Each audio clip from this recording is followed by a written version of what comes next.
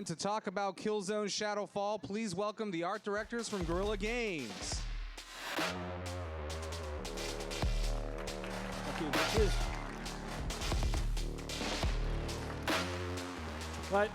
Hi, everybody. Welcome to E3.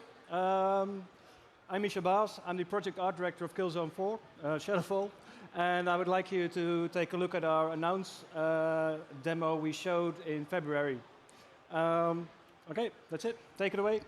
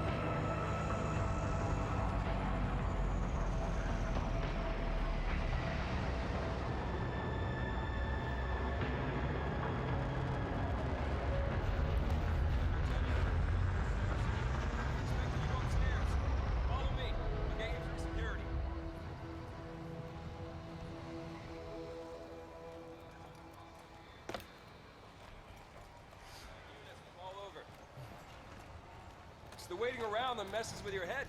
Just now you're here, things start moving, huh? Nobody gets through without clearance. Back up! Back up! Let him through! This way, sir.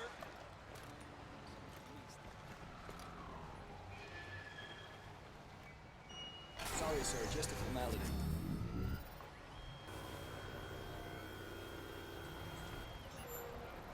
Okay, clear. Please proceed.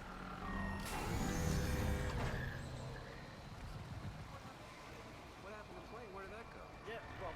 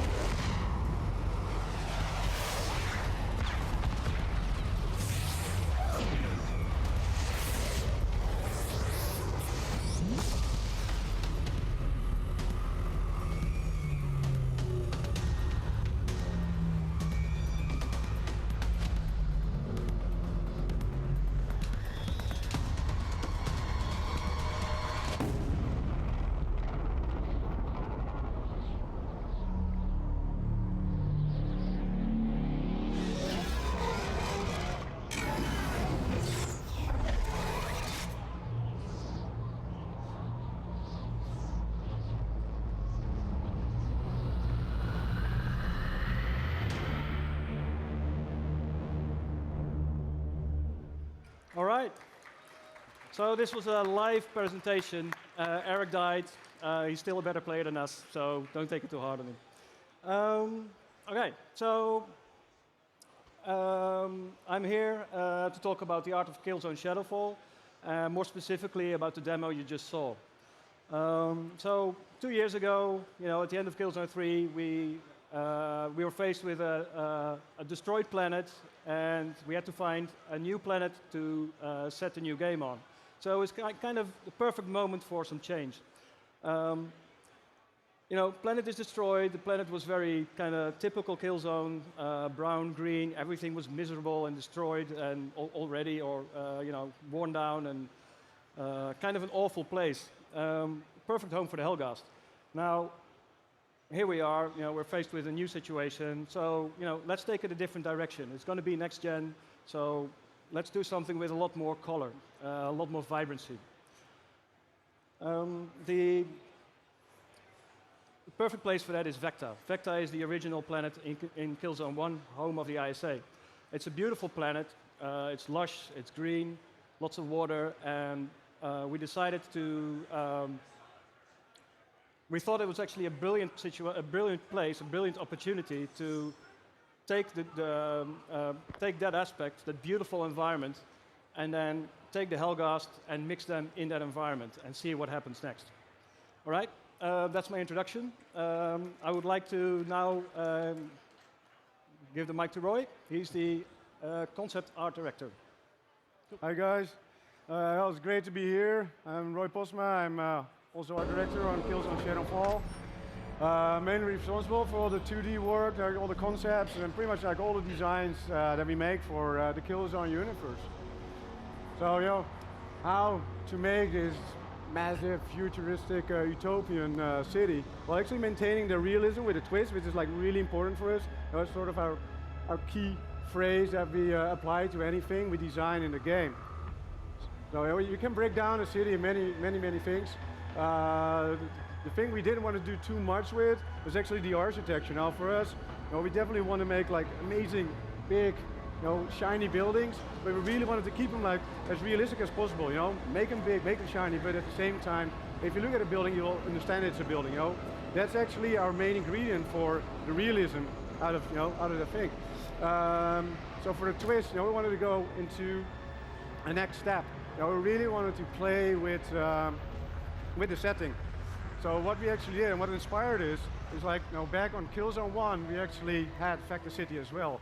Only, back then, the city was built on a slope. We had like these stairs on it with all this, with the city on it.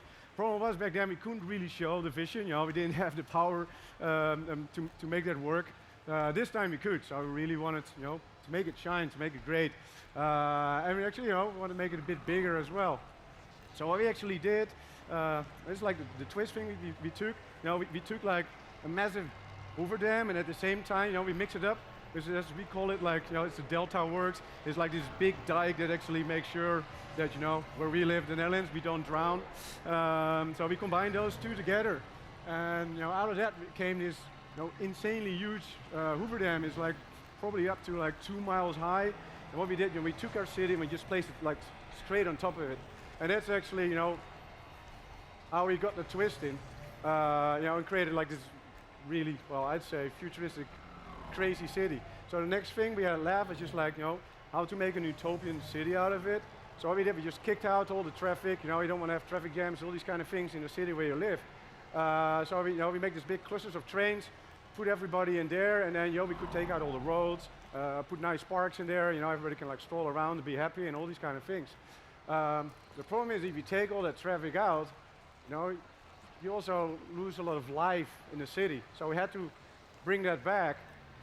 And how we did that was like with this baby here.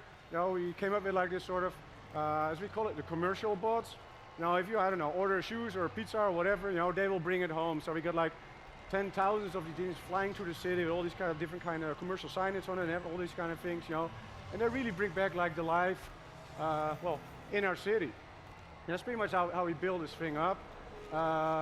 Next thing I want to show is actually, this is like a final model. The ones you see here, you have to remember, like this demo is like half year old. It's all pre-alpha. That one is I'm not saying finished, but that's our current state of, of our model, of the commercial bot. We have all these signage on it. I think this is like the World Transport Federation brand. I want to take you on and actually show some of our new characters as well.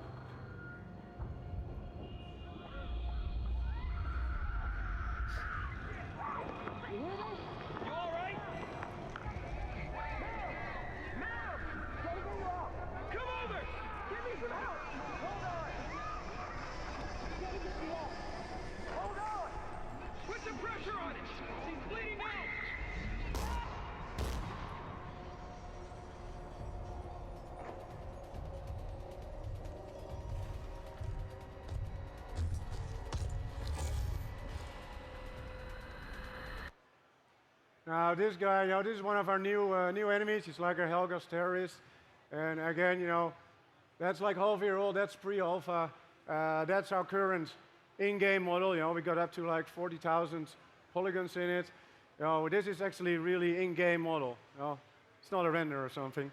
You can see all the amazing, detail on this guy. What made this guy like really interesting actually is, he's like a mix of both sides. He's like. An ISA civilian, like the sporty base, that's what we base him on, and actually we dress him up with all these, Hellgast surplus military hardware. That's all these straps on it, which is like really great, for the design of a character. You can really play with all the volumes. We have all these straps like flying around, in the wind, and when he's running, all these kind of cool things. And it's a nasty guy. You can cloak, disguise, all these kind of things. So another guy. This is one of my favorite characters, to be honest. He's been with us since I think Killzone 2 and Killzone 3 was there. He's our sniper. This guy can cloak as well. We really, wanted to revamp this guy. Again, it's in-game shot. If you really look like, at all the detail of this guy, what I really like, to do with all the characters is to stack up as many different materials on top of each other. It really gives a lot of depth, to the character design. With all our new shaders, everything has different properties and fidelity on it. One of the new characters I like to show off as well is actually Echo. Now she will be a bit, she's a bit like the Shadow Marshal actually of the Hellgast. So you're definitely going to meet up with her. And as the last part for like my part is introduce you to the new version of our main iconic enemy. The Hellgast Assault guy. So that's it for me. I just want to hand it over to Arjen Bak. He's going to show his in the real demo behind the scenes, and there you go. Hello guys. So I'm Arjen Bak. I am the environment art director on Killzone Shadowfall. My responsibility is to translate that vision that the guys just talked about into the actual game world, and make sure that that's done at the highest possible quality. Now, in this demo, we have the Hellgast terrorist plays a bomb inside the building. And to create this event, we actually built two versions of the game world, one before and one after the blast. Now, to give you a better look at this, I'm going to take the camera out of the first-person perspective and go into more of a bird's-eye view.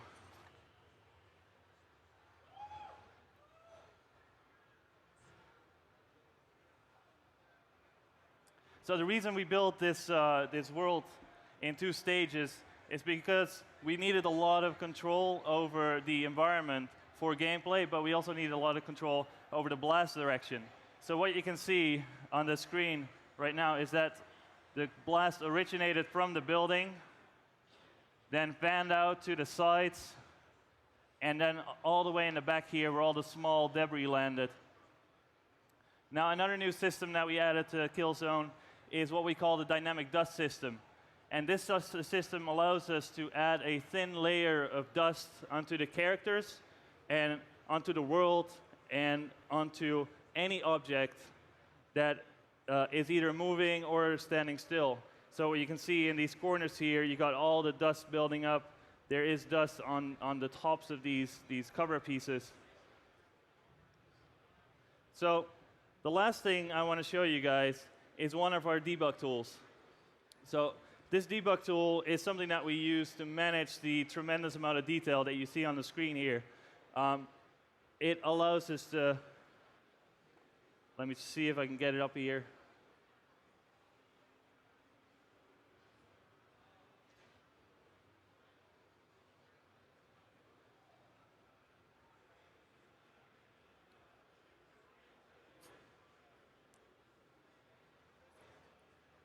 There we go.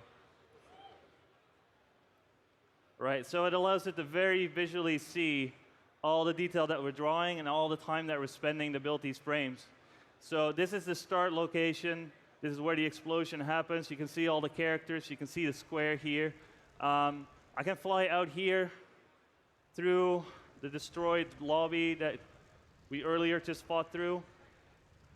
See all the characters and all the detail. Then go out in the back here and eventually look out over this entire city that are full 3D models being rendered at real time. So this concludes our behind-the-scenes look on Killzone Shadowfall. If you'd like to see more, there is the experience room over on your right. We're live demoing a entirely new single-player mission. And enjoy E3, and thanks for listening.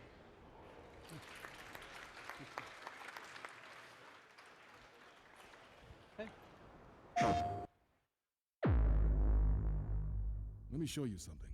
It was a recon mission across the wall. We've heard nothing since. One wrong move and this all blows up in our face. Do what you do best.